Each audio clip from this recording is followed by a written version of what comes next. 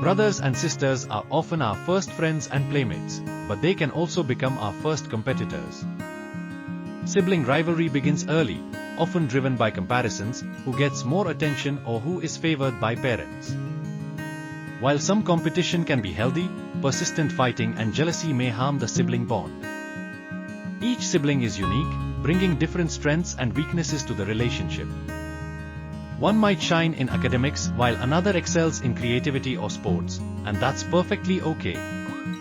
Instead of comparing siblings, families should celebrate each child's unique talents and achievements. Communication is key when it comes to addressing sibling rivalry and frustrations openly and honestly. Engaging in shared activities that both siblings enjoy can turn rivalry into teamwork and cooperation. Learning to appreciate and recognize each other's accomplishments can foster a supportive atmosphere. When one sibling succeeds, it's a victory for the entire family, strengthening the family bond. Remember that siblings can become your lifelong support system if you nurture those relationships.